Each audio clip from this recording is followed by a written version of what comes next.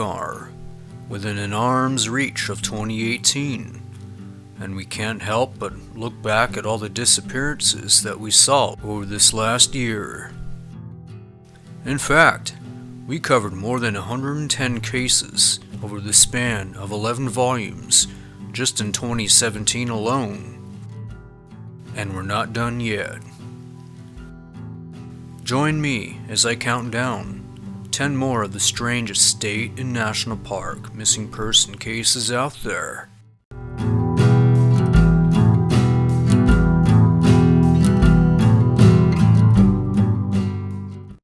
Number 10.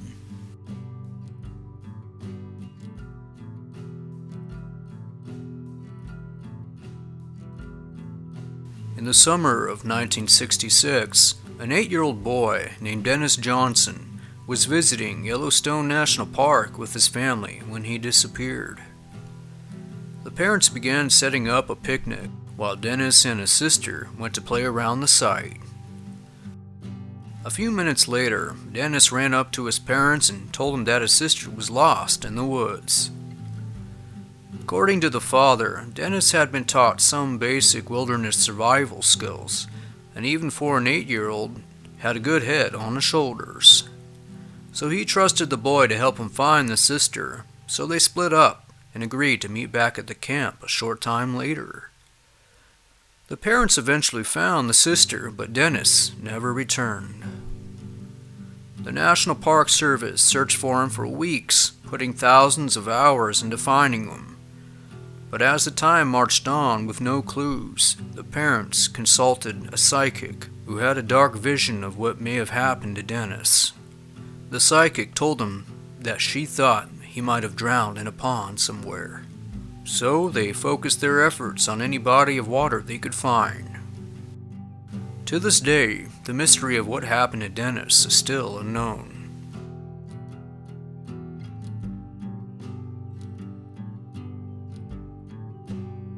Number 9.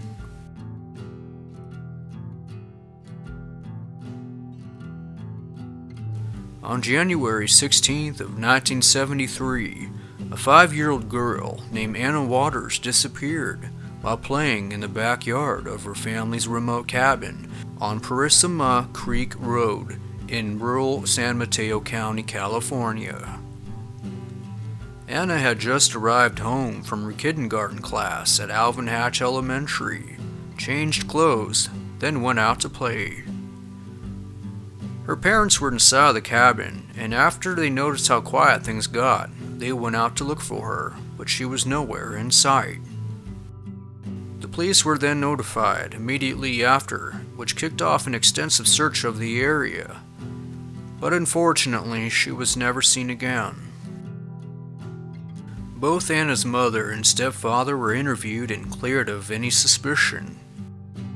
The area where Anna disappeared sits directly in the middle of 3 state parks, including the San Bruno Mountain State Park, Memorial County Park, and Portola Redwood State Park.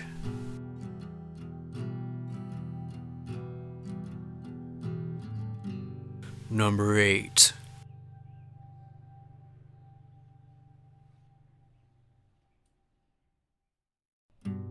On September 17th, a 45-year-old man named Jonghyon Won vanished inside the Grand Canyon National Park while out on a hike.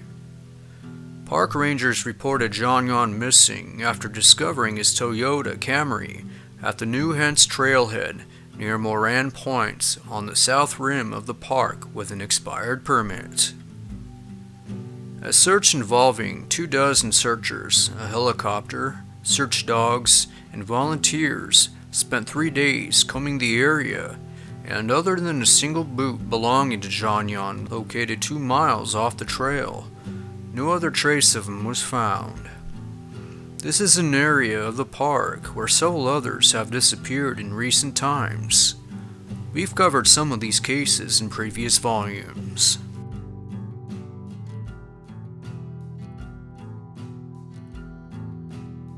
Number 7.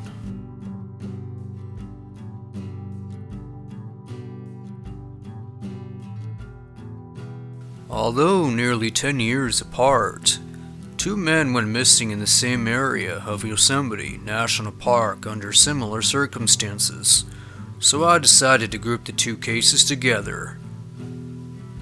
In July of 1988, a 25-year-old hiker named Tim Barnes went missing during a hike near Murphy Creek Trailhead at Tenaya Lake while heading to Half Dome. He was last seen by other hikers approximately 9 a.m. that morning. Search and rescue spent nearly a week looking for him, but no trace of him was ever found. Then, nearly 10 years later, a 28-year-old hiker named David Paul Morrison went missing in that same area as well while setting out to Half Dome. An extensive 4-day search turned up no sign of him other than one of his hiking boots dangling from a branch a short distance away from the trailhead he embarked on. To this day, both men's disappearances continue to baffle those involved in their search.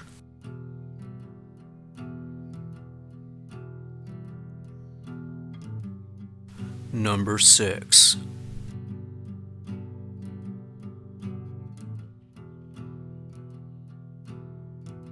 On November 25th of this year, a 22-year-old theater student named Erin Henry vanished from her home in Arcata, California. She was last seen by her roommate on the night of the 25th before she disappeared. Erin had recently suffered a broken ankle and was not able to walk without crutches or a knee scooter. For the next week, an extensive search ensued, yielding no clues as to her whereabouts. Nearly 2 weeks after she vanished, a Caltrans worker discovered a knee scooter near Patrick's Point State Park. He then notified police. Officers responded and searched the area, ultimately finding Henry dead a short distance away and at the bottom of a ravine. She was found at the foot of a large boulder called Elephant Rock, just south of the park near the West Haven exit on Highway 101. The community was shocked and baffled how the disabled student made it nearly 15 miles from her home in the middle of the night on that scooter, only then to climb Elephant Rock and fall to the bottom. Investigators stated that her body showed signs of trauma consistent with the fall. However, toxicology results show no signs of drug or alcohol use, and that those who knew her state that she was not suicidal. Though official reports state her injuries were most likely self-inflicted, many who knew her stated that this was unlike her.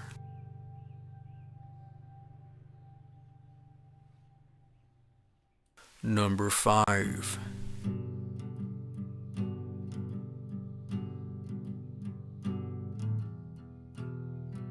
Erin Henry wasn't the only person to have vanished in Arcata, California in the month of November of this year.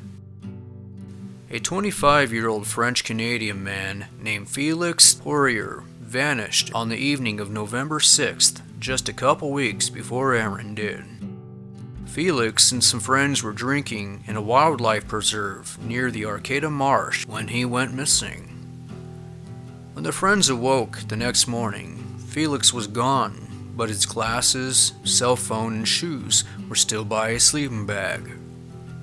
A short time later, authorities were notified and a week-long search ensued, combing the entire marsh area with search teams, dogs, and even drones.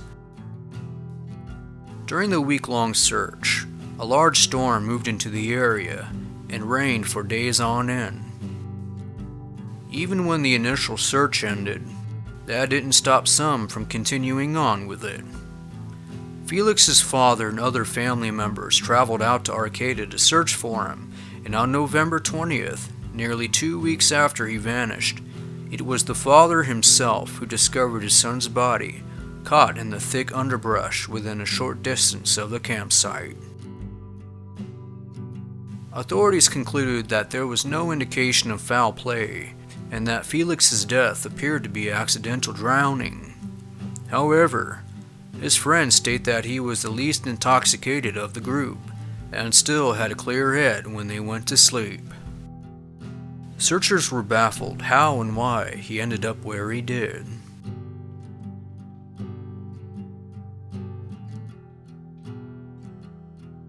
Number 4.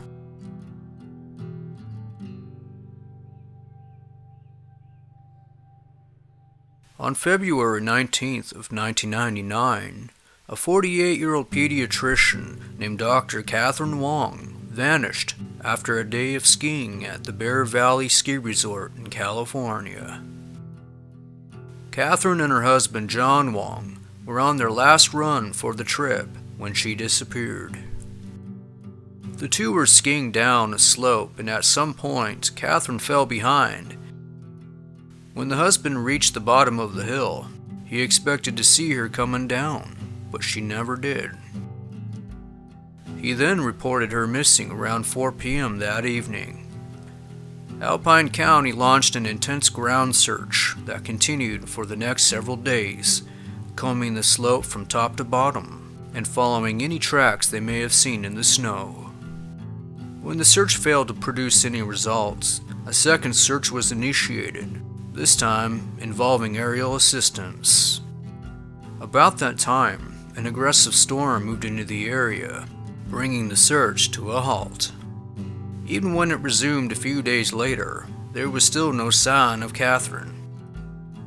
A few months later, hikers discovered tiny bone fragments and scattered clothing in a remote area and far off course from the ski resort. Bear Valley Search and Rescue filtered into the area and discovered more scattered remains, ski equipment, and clothing that belonged to the doctor in an area 180 degrees away from where she went missing, and miles off course. Many involved in the search were completely perplexed how she could have ended up where she did, considering there was really nowhere to go but down on that slope.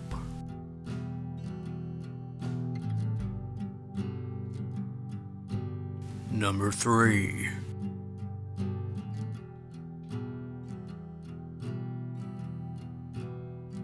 In December of 2014, a 30-year-old doctor named Teleka Patrick failed to show up for work in Kalamazoo, Michigan.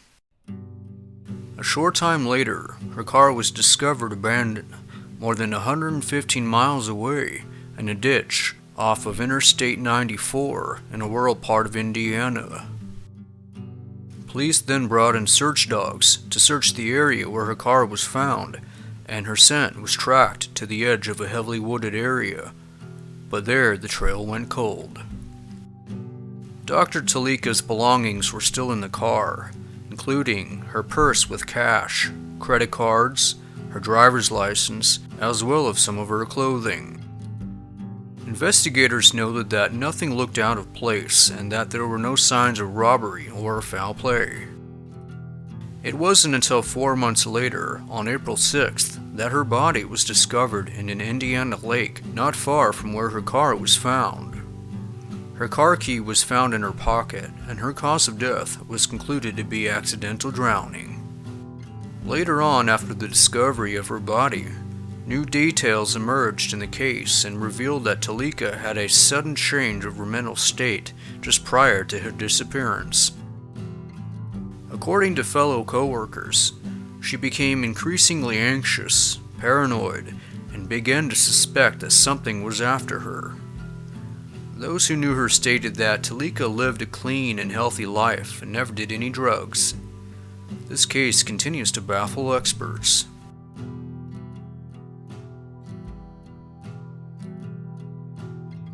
Number 2.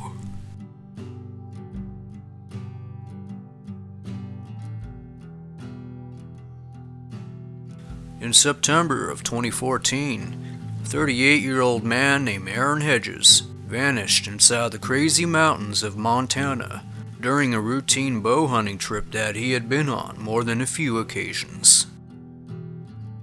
Erin and his hunting party entered the crazies and at some point decided to split up. The party he was with decided to set up camp at Moose Lake while Erin went out by his lonesome to another lake a short distance away. However, he apparently missed a turn and kept on tracking east on the trail along Sweetgrass Creek. That was the last time anyone saw or heard of him. More than 100 volunteers and members of law enforcement filtered into the area within a week following his disappearance. On the 7th day of the search, searchers located Erin's boots and water bladder near an area called Sweetgrass Falls. About that time, a large storm moved into the area and officially put an end to the search. Then in August of 2016, nearly 2 years later, a rancher on horseback spotted skeletal remains approximately 15 miles from where he was last seen and about 6 miles from where the initial search was conducted 2 years previously. An investigation into the cause of death is still pending.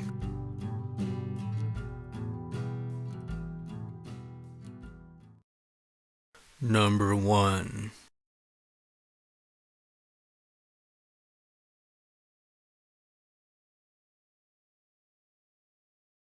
On November 23rd of 1991, a 17-year-old high school student named Corey Fay disappeared while elk hunting in the Badger Creek Wilderness area of Oregon. Corey and 2 of his friends arrived inside the wilderness area and decided to split up later that afternoon and meet back at their car. When the friends regrouped at the car a short time later, Corey was nowhere to be seen. Authorities were then notified and a large search kicked off. The search and rescue effort was comprehensive, with around 250 searchers, including helicopters, horseback riders, hikers, family members, police, and 7 of the best trained search dogs they could find. The search focused on 12 square miles for 10 days and 10 nights. However, not a single trace of him was found. The official search ended on December 1st, but many volunteers kept at it for much longer. Nearly a year later, in September of 1992, 2 hunters found Corey's backpack and rifle around 10 miles from where he was last seen. A quarter mile from the backpack, searchers found small bone fragments and just 1 tooth. Strangely enough, no clothing was found at the location. 30 searchers then did a grid search of the ridgeline approximately 2 miles, but failed to find any other trace of him. Corey was an experienced hunter and outdoorsman. He was also trained in wilderness survival, equipped with a compass, solar blanket, food, water, rifle, and other necessities.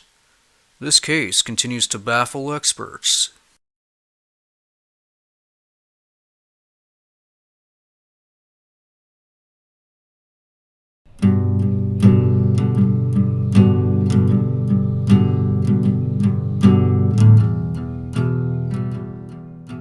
And there you have it. Just 10 more of the strangest state and national park missing person cases out there. I've said it before, and I'll say it again. If you find yourself fixing to go out into sweet Mother Nature, remember the poor folks who went out to do the same but never returned. Use good judgment, communication, and common sense. Travel in numbers. Carry protection, and never go by your lonesome. Have a good new year, everyone.